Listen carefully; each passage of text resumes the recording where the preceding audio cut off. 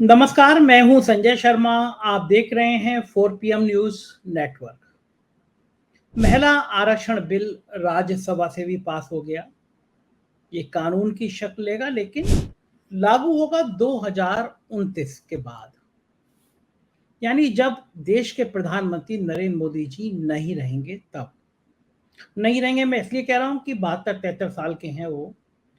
5-7 साल बाद वो प्रधानमंत्री रहेंगे। मुझे इसमें कोई संभावना नजर नहीं आती। आज मनोज झा जी सांसद ने एक कविता पढ़ी,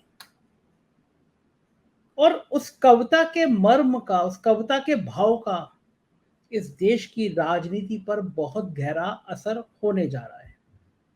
कविता क्या थी वो मैं आपको पढ़ के सुनाता हूँ। छोटी सी कविता है, लेकिन भाव बहुत गहरे हैं और आप समझने की कोशिश कीजिएगा। चूल्हा मिट्टी का, चूल्हा मिट्टी का, मिट्टी तालाब की। चूल्हा मिट्टी का, मिट्टी तालाब की, तालाब ठाकुर का। समझे ना? 3 लाइनों में कहानी है। चूल्हा मिट्टी का, मिट्टी तालाब की, तालाब ठाकुर का। भूख रोटी की, भूख रोटी की, रोटी बाजरे की, बाजरा खेत का, खेत ठाकुर का। बैल ठाकुर का, हल ठाकुर का, हल की मूठ पर हथेली अपनी, फसल ठाकुर की।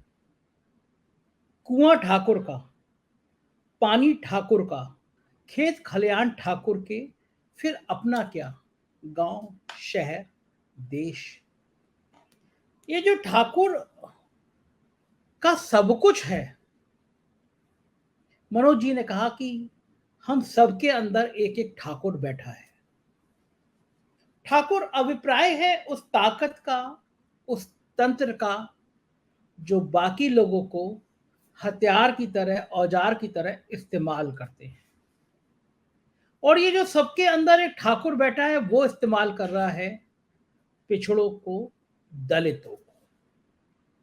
और इस देश में इतना लंबे समय बीत जाने के बावजूद देश का दलित और पिछड़ा वर्ग अभी भी उपेक्षित है, असहाय है और परेशान है। मगर इसके अंदर जो चेतना विकसित हो रही है, वो ये साफ साफ बता रही है कि प्रधानमंत्री नरेंद्र मोदी जी ने अपने जीवन की सबसे बड़ी गलती कर दी है। महिला आरक्षण के मुद्दे पर महिलाओं का कोटा, कोटे के अंदर कोटा नहीं रखा, यानी पिछड़ी और दलित महिलाएं कितनी आएंगी, कहां से आएंगी, इसका प्रतिनिधित्व नहीं दिया है। और कभी कभी ऐसा होता है कि जब आपके दिन खराब चल रहे होते हैं, तो कहा जाता है ऊंट के ऊपर बैठे व्यक्ति को भी कुत्ता काट लेता है। और मुझे लग रहा है कि प्रधानमंत्री जी के दिन आजकल अच्छे नहीं चल रहे हैं। जिस बिल के पहले दिन समर्थन में सारे लोग नजर आ रहे थे, कांग्रेस और बाकी विपक्ष की पार्टियां उस बिल का विरोध करने की हिम्मत नहीं जुटा रही थी, आज वो सारी पार्टियां कह रही हैं कि इस बिल के अंदर पिछड़ों और दलितों का अपमान क्यों किया गया, उनका हक क्यों नहीं किया गया। और ये चेतना गांव तक पहुंच गई। इस सोशल मीडिया के दौर में गांव तक ये बात पहुंच गई कि एक बार फिर देश की राजनीति ने, देश की सत्ता ने उनको ठगा है। और ये तय बात है कि 2024 का चुनाव मंडल बनाम कमंडल होने जा रहा है। भारतीय जनता पार्टी पूरी शिद्दत से कोशिश कर रही थी कि महिला आरक्षण के नाम पर उनको आधी आबादी का वोट मिल जाए। कोई कसर नहीं छोड़ी, कोई मेहनत नहीं छोड़ी इस बात को प्रचारित करने में कि महिलाओं के बीच ये संदेशा चला जाए कि हमने सारी बात उनके लिए की है। लेकिन गलती कर गए मोदी जी। मोदी जी समझ नहीं पाए कि जब उन महिलाओं को पता चलेगा कि ये सब कुछ तो 2029 में मिलेगा, तब महिलाओं के मन में सवाल आएगा कि क्या ये भी एक चुनावी जुमला है। जैसे 15 लाख रुपए आपके खातों में आएंगे, जैसे हर साल 2 करोड़ को नौकरी मिलेगी, जैसे 2022 तक हर एक को छत मिल जाएगी, सबको मकान मिल जाएगा। एक लंबी लिस्ट है मोदी जी ने जो झूठ बोला है देश की जनता के साथ। तो अब पिछड़ों और दलितों को ये साफ होने लगा, ये साफ समझ उनमें आने लगा कि प्रधानमंत्री जी ने एक बार फिर पिछड़ों और दलितों को ठगा है महिला आरक्षण के नाम पर। और महिलाओं को भी समझ आने लगा कि 2029 तक जब आप ही नहीं रहेंगे तो फिर ये आरक्षण कैसे रहेगा और कहां रहेगा। जाहिर बात है, सामान्य बात है कि अब राजनीति की ये बिसातें लोगों को समझ आने लगी।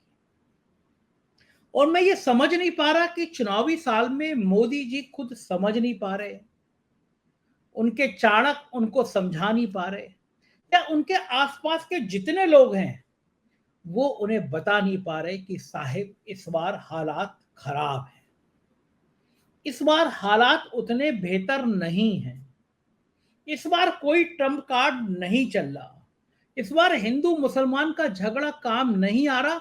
कोई चीज ऐसी है जो समाज में ये बात बता रही है कि अब परिवर्तन जरूरी है।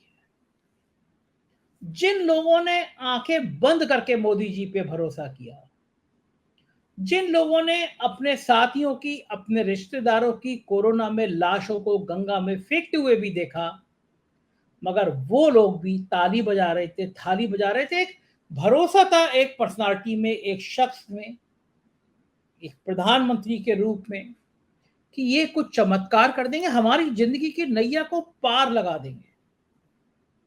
और देखिए, ये वो क्षण होते हैं जब आपका भरोसा किसी व्यक्ति में इतना ज्यादा हो जाता है कि आप उसे ईश्वरीय रूप समझने लगते हैं।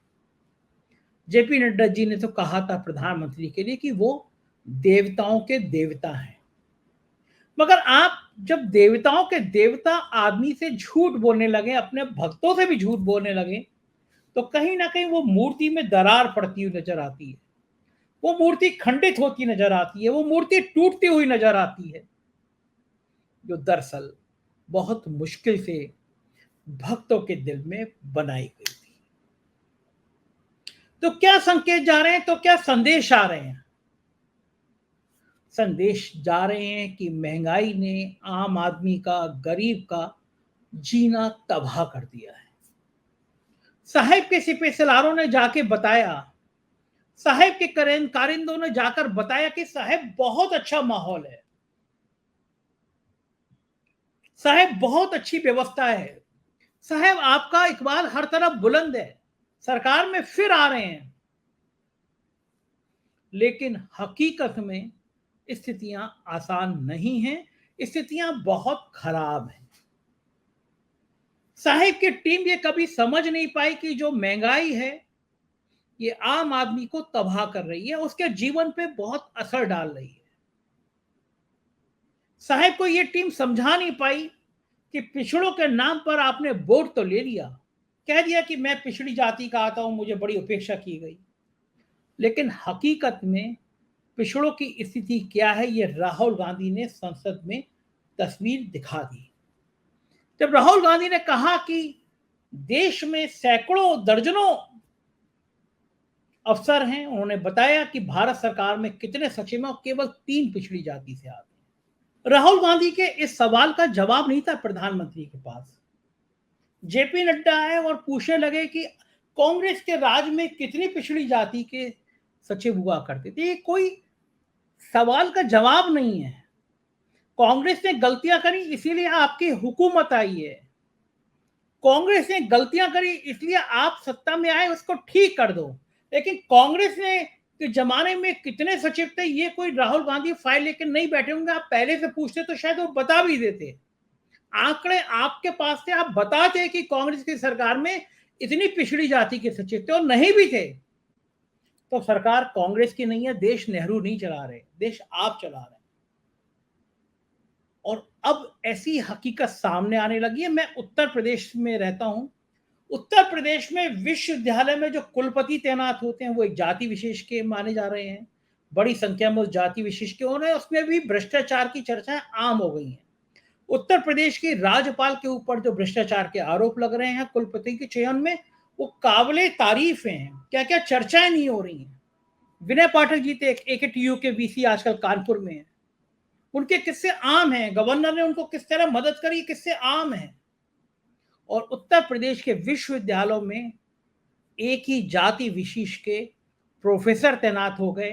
तमाम बात ये मुद्दा उठा कि पिछड़ी जाति और दलित जातियों के प्रोफेसर क्यों तैनात नहीं हो रहे। सब चीजें ठंडे बस्ते में डाल दी गई, लेकिन ये मुद्दे ऐसे नहीं है जो जनता के बीच चर्चा का विषय ना बन जाए। पिछड़ों और दलितों में ये बात गई कि विश्वविद्यालयों में जो प्रोफेसर तैनात हो रहे हैं उनमें पिछड़े और दलित कहीं है ही नहीं। या तो भ्रष्टाचार है, पैसा है, या फिर एक जाति विशेष है, ऊंची जाति है। तो क्या सोच रहे हैं कि ये सब बातें चुनाव में असर नहीं डालेंगी? प्रधानमंत्री जी को गुमान है कि वो जो 2 वक्त का राशन दे देते हैं, 5 किलो राशन दे दे रहे हैं, उसे वोट मिल जाएगा। मैं गया, गांव में गया, पिछले दिनों मैंने लगातार दौरे किए। गांव वालों ने कहा कि इधर से देकर इधर से निकाल लेते हैं। गांव वालों ने कहा कि 5 किलो राशन दे रहे हैं, जितना पैसे राशन होता है उससे 10 गुना ज्यादा महंगाई है। लोगों ने कहा कि हमें उज्ज्वला गैस योजना में सिलेंडर मिले, हम दोबारा भरवा नहीं पाए, इतने पैसे नहीं थे। ये दर्द है उनका, और ये दर्द वो कह रहे हैं कि इस बार हम वोट में बदल के दिखा देंगे। आम जन भी कहने लगा है कि प्रधानमंत्री जी को की भाषा, उनकी शैली अहंकार भरी हो गई है। नई संसद के पहले दिन से पहले जब प्रेस से बात करने आए तो अच्छी बात करते करते अचानक फिर व्यंग की भाषा बोलने लगे कि रोने वाले लोगों से अनुरोध है कि बाद में रो लें। ये भाषा प्रधानमंत्री की नहीं है, अहंकार की भाषा है। 2 बहुत खूबसूरत लाइनें हैं। खुदा कभी इतनी खुदाई ना दे, खुदा कभी इतनी खुदाई ना दे कि अपने सिवा मुझे कोई और दिखाई ना दे। जिधर देखो मैं, एक अकेला सब पर भारी, मैंने ये किया, मैंने वो किया। कहीं जिक्र नहीं आता कि राजनाथ ने किया, गडकरी ने किया, किसी और मंत्री ने किया, सिर्फ मैंने किया। वो फोटो बहुत वायरल हुआ था, शायद बीजेपी की पार्लियामेंट की मीटिंग का था। प्रधानमंत्री जी बैठे हैं, उसकी एक कुर्सी छोड़कर राजनाथ बैठे हैं, और एक कुर्सी छोड़कर शायद गडकरी या दूसरा मंत्री बैठे हैं। यानी प्रधानमंत्री जहां कुर्सी पे बैठेंगे उसके लेफ्ट और राइट कोई दूसरा मंत्री बैठ भी नहीं सकता। वो देवताओं के देवता हैं, इनके दाएं और बाएं बैठने की हिम्मत कोई साधारण मंत्री कर नहीं सकता। लेकिन जनता तो है, जनता है ना, जनता तो भगवान है। वो देख रही है कि उसके राजा को क्या हो गया, वो देख रही है कि देवताओं के देवता का क्या हो गया। और देख तो सबसे ज्यादा कुछ राज देख रहे हैं। मैंने आज महाराष्ट्र के अपने ब्यूरो चीफ मयूर पारिक से बात करी। मयूर पारिक से पूछा कि महाराष्ट्र के पॉलिटिकल हालात क्या हैं। पसीने आ जाएंगे आपको सुनकर जो महाराष्ट्र में चल रहा है। मैंने बात करी बिहार से, पश्चिम बंगाल में, कर्नाटक के लोगों में। ये 4 राज्य की भाजपा की नैया डुबोने के लिए तैयार बैठे हैं। कोई समझ नहीं आ रहा, साहेब को समझ नहीं आ रहा, लेकिन साहेब खुशफहमी में बैठे हैं कि सरकार वो बना लेंगे। और बदले में अमित शाह जी के अलावा सब नेता दुआ करने में लगे हैं, भाजपा के नेता ही दुआ करने में लगे हैं कि सरकार भाजपा की नहीं एनडीए की बने, क्योंकि उनको लग रहा है एनडीए की सरकार में मोदी जी दोबारा प्रधानमंत्री नहीं बनेंगे। कोई ऐसा नेतृत्व बनेगा जो लोकतंत्र में आस्था रखेगा, जो ईडी, सीबीआई, इनकम टैक्स का बेजा इस्तेमाल नहीं करेगा, जनहित की बातें करेगा। तो जाहिर है कुछ चीजें ऐसी हैं जो दूर तलक संदेश दे रही हैं। महिला आरक्षण बिल लाए थे अपने मन के लिए, लेकिन चीजें उल्टी पड़ती चली गई। विदेश नीति जितनी फेल अब नजर आ रही है, उतनी फेल मैंने पहले कभी नहीं देखी। छोटे छोटे देश, नेपाल जैसा देश हमें आंखें दिखाने लगा है।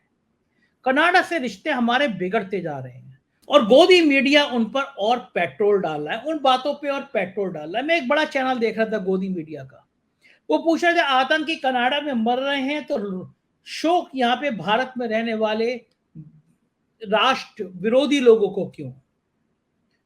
आतंकियों के कनाडा के मरने पे दर्द भारत के नेताओं को क्यों? कितनी मूर्खतापूर्ण बात है। हमने कनाडा के नागरिकों का वीजा कैंसिल कर दिया, उन्होंने हमारा राजनयिक निकाला, हमने उनका निकाला। कनाडा कोई पाकिस्तान नहीं है जिसको आप धमका लें।